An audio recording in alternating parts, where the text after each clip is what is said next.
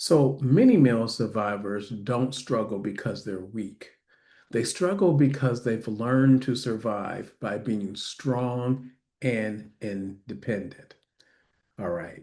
So if strength has always been your solution, so this video will help you to understand why it's now costing you without actually taking it away from you. Let's start off kind of naming the paradox. So let me start with something I'm going to say that often surprises men. So the qualities that you've relied on most, let's just say strength, independence, sufficiency, are not the problem. They were solutions. So for many male survivors, being strong wasn't a personality trait, it was a requirement. So strength meant that I don't need, I don't depend, I don't feel too much, I don't slow down, and I don't ask. And independence meant that you were able to stay in control. You didn't have to rely on others, that you could actually handle things yourself. And then by doing that, you don't become a burden. All right. Now, these traits didn't come from ego, they actually came from necessity. So, if strength feels, I'm going to say, non negotiable to you, that didn't happen by accident. So, let's just talk about how it formed and why it's been there for such a long time. Now we're going to talk about David. Now remember, David just is the name that I'm using. Is I do have a specific person in my mind, but he's going to represent the composite of men that I've worked with that actually dealt with this type of issue. And I can even relate to this myself because I also have dealt with this. So David isn't just one person, he's a pattern. And so I want you to think about it because maybe this is you. So David is capable, he's reliable, he's one of those people that you can lean on, that that's going to be there for you. And so David often even prides himself in being able to handle things alone or not needing too much or staying composed or getting through the hard things of life quietly. And so he doesn't see himself as disconnected. He sees himself as being disciplined, right? So David, though, he's constantly tired. He's easily irritated. He's emotionally flat, uncomfortable in receiving help, and he's lonely in ways that he can't even name. Now, he would never say, I'm exhausted from being strong, but the reality is he actually is. Now, if this still sounds like, maturity rather than a problem, just stay with me, hang in there with me. So now let's just talk about where's this pattern actually coming from. So where's this strength become survival actually in David's life or in many of us male survivors? So for boys who grow up in unsafe, unpredictable, violating environments, strength really isn't optional. It's adaptive. And so when you can't trust adults, when asking for help makes things worse, or if you're invulnerable and it actually invites more harm, right? Strength becomes adaptive. And so the nervous system learns one rule: I'll survive by not needing, right? So now strength actually becomes my armor. Independence actually becomes my protection. So David didn't choose this. His system learned it early. And guess what? It worked. It kept him functioning, it kept him moving, it kept him alive.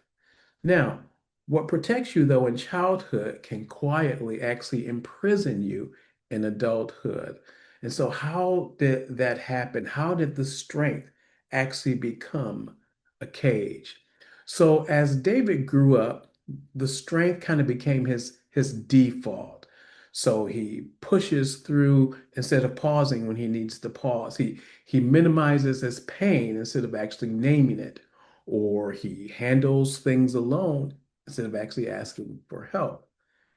And when he feels uneasy, he doesn't ask for help. And when someone gets too close, man, sometimes he ghosts or he just feels really uncomfortable. Now, it's not because he doesn't value connection, but it's because connection requires softening control. And control has always meant safety. So over time, strength actually stops being a choice. It becomes a rule, and it becomes a rule that is very exhausting. Now, if resting feels uncomfortable or undeserved, this might be the reason why, because it's a cost. It is the hidden cost of independence. And so the cost isn't dramatic collapse, but it is slow trickling depletion. So for David, it looks like he's always on. He's never in the off position. He's just always on, constantly going. He rarely feels supported. And when he does resent, he resents other people quietly. Like he can't have that life because he's always on. Or he's feeling unseen even when he's actually appreciated. And he doesn't know how to actually receive care. So independence keeps him functional, but it also keeps him alone. Not because others aren't there, but because his system doesn't know how to let them actually be there.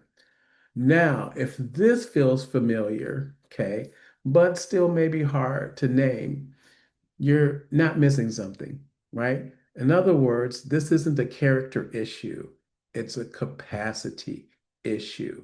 And so, what's kind of the core frame of it? Well, I'm going to say here's the shift that changes everything. Strength is not the problem, but over reliance on strength is. So David doesn't need to become weaker. He just needs more options. Because when strength is the only tool, everything becomes a test of endurance. But true resilience includes knowing when to just lean in, knowing when to soften, and then knowing when to actually receive, right? That doesn't erase strength, it actually expands it. And so once strength stops being your only option, then exhaustion begins to ease.